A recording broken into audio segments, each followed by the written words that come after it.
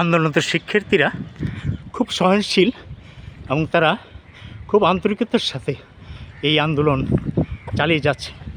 দেখেন, দুদিন আগেও এই বিশ্ববিদ্যালয় সম্পূর্ণ সাধারণ ছাত্রছাত্রীদের দখলে ছিল, কিন্তু তারা ঘূর্ণাক্ষরেও শেখ মুজিবের ছবি এবং তার মুরাল আর অনেক স্থাপনা রয়েছে, কোনটাতে হাত দেন দেখেন, সব অক্ষত অবস্থায় আছে, সব কিছু ঠিকঠাক আছে। কারণ তারা শিক্ষার্থী, তারা ঢাকা ইউনিভার্সিটির শিক্ষার্থী, তারা জানে দেশকে জাতিকে মর্যাদা দিতে। দেখেন, আমি পলাশীর মোড় দিকে যাচ্ছি। তো আমরা এই যে দেখালাম আপনাদেরকে, এই যে বুয়েটের একটা গেট, সব কিছু বন্ধ। এটা হলো আপনার সলিমুল্লাহ মুসলিম হল। যদিও সলিমুল্লাহ মুসলিম হল নাম কোনো ছিল, কোনো এক সময় মুসলিমটা বাদ দিয়ে সলিমুল্লাহ হল রাখার সিদ্ধান্ত নিলে শিক্ষার্থীরা আন্দোলন করে এখন বোধহয় সলিমুল্লাহ মুসলিম হল হিসেবেই এটা নামকরণ রয়ে গিয়েছে।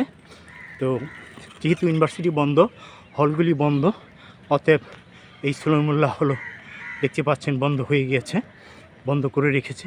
কবে খুলবে সেটা আমাদের জানা নেই। এই যে দেখেন, এখানে বুয়েট, সলিমুল্লাহ হলের সামনেই বুয়েট বাংলাদেশ প্রকৌশল বিশ্ববিদ্যালয় দেখতে পাচ্ছেন, সেটাও বন্ধ। তার হলগুলিও বন্ধ।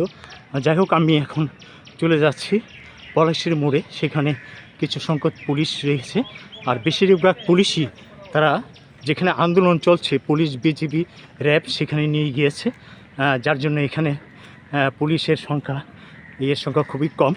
অবশ্যই টিসির দিকে গেলে আপনাদেরকে কিছু দেখাতে পারতাম, কিন্তু দুর্ভাগ্য টিসি পর্যন্ত যেতে গেলে একটু বাধ্যবাধকতা রয়েছে, যার জন্য যেতে পারছি না। তো যাই হোক, আমি এই পর্যন্তই রাখছি। তো সকলকে ধন্যবাদ। আসসালামু আলাইকুম।